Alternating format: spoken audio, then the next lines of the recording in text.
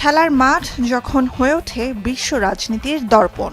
যুক্তরাষ্ট্রের নিউ জার্সির মেটলাইফ স্টেডিয়ামে ফুটবল বিশ্বকাপের পর্দা নামার আগে তৈরি হলো এমনই এক মুহূর্ত।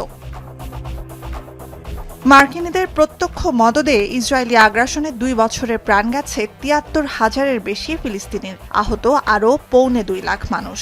মানবেতর জীবনের কথা বলাই বাহুল্য। মানব ইতিহাসের নিকৃষ্ট এই তাণ্ডব চালানো ইসরায়েলি প্রধানমন্ত্রী বেনয়ামিন নেতানিয়াহু আর মার্কিন প্রেসিডেন্ট ডোনাল্ড ট্রাম্পের কট্টর সমর্থক আর্জেন্টিনার প্রেসিডেন্ট হেভিয়ার মাইলি। অন্যদিকে পশ্চিমা দেশগুলোর মধ্যে ফিলিস্তিনের সবচেয়ে বড় সমর্থক এবং ফিলিস্তিনকে রাষ্ট্র হিসেবে স্বীকৃতি দেওয়া সহ সংঘাত বন্ধের চেষ্টায় পদক্ষেপ নেওয়া প্রধানতম দেশ স্পেন। ফুটবল বিশ্বকাপের চূড়ান্ত ম্যাচটি ছিল আর্জেন্টিনা স্পেনের এবং আর্জেন্টিনায় সমর্থন ছিল ট্রাম্প নেতানিয়াহুর। রোববারের ফাইনালে ১-০ গোলে আর্জেন্টিনাকে হারায় স্পেন। চ্যাম্পিয়ন দলের হাতে ট্রফি তুলে দেওয়ার সময় ট্রাম্প আর ফিফা প্রধান জিয়ানি ইনফান্তিনো মাঠে নামতেই গ্যালারি থেকে ভেসে আসতে শুরু করে দুয়োধ্বনি। ব্যাপক বাদ্যবাজনার আড়ালে ৮০,০০০ মানুষের গ্যালারি থেকে ধিক্কারের আওয়াজ ক্যামেরায় ক্ষীণ শোনা গেলেও ট্রাম্প সহ মাঠে উপস্থিতদের কানে পৌঁছেছিল স্পষ্টই। অবশ্য ট্রফি হস্তান্তরের আগে ট্রাম্প ও ইনফান্তিনো খেলোয়াড় ও কোচদের পদক প্রদানের সময় থেমে যায় দুয়োধ্বনি, কিন্তু অস্বস্তির আরও বাকি ছিল। নোভা এলইডি টিভি, ঝকঝকে ছবি, নিখুঁত শব্দ, ৫ বছরের ওয়ারেন্টি। নোভা মানি সঠিক মান, নিশ্চিত সেবা।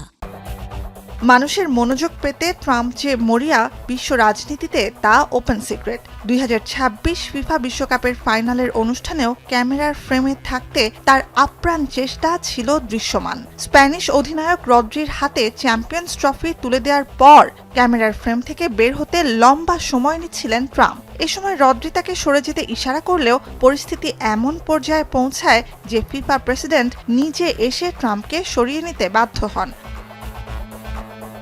বিভিন্ন সংবাদ মাধ্যমের খবর, এ ঘটনায় মঞ্চে বেশ বিব্রতকর পরিস্থিতি তৈরি হয়, কারণ দেখে মনে হচ্ছিল যে ট্রাম্প স্পেনের সাথে ট্রফি জয়ের উদযাপনে থাকতে চাইছিলেন। ট্রাম্পের উপস্থিতিতে অস্বস্তিতে পড়েন রদ্রি। ট্রাম্প সরতে না চাওয়ায় বিলম্বিত হয় চ্যাম্পিয়নদের উদযাপন। শেষ পর্যন্ত ফিফা প্রেসিডেন্ট নিজে এগিয়ে এসে ট্রাম্পকে হাত ধরে মঞ্চের কোণায় সরিয়ে নেন। অবশ্য তারপরেও পুরোপুরি সরে যেতে নারাজ ট্রাম্প স্পেনের শেষ খেলোয়াড়ের ঠিক পাশেই দাঁড়িয়ে থাকেন। এর আগে বসনিয়া হার্জেগোভিনার বিপক্ষে গ্রুপ পর্বের ম্যাচে মার্কিন স্ট্রাইকার ফোলারিন বালগুনকে দেয়া লাল কার্ডের নিষেধাজ্ঞা স্থগিতে ফিফা প্রেসিডেন্টকে ফোন করে বিশ্বকাপের সবচেয়ে বড় বিতর্কের কেন্দ্রবিন্দুতে আসেন ট্রাম্প। নুজহাত কামাল, এখন বিশ্ব।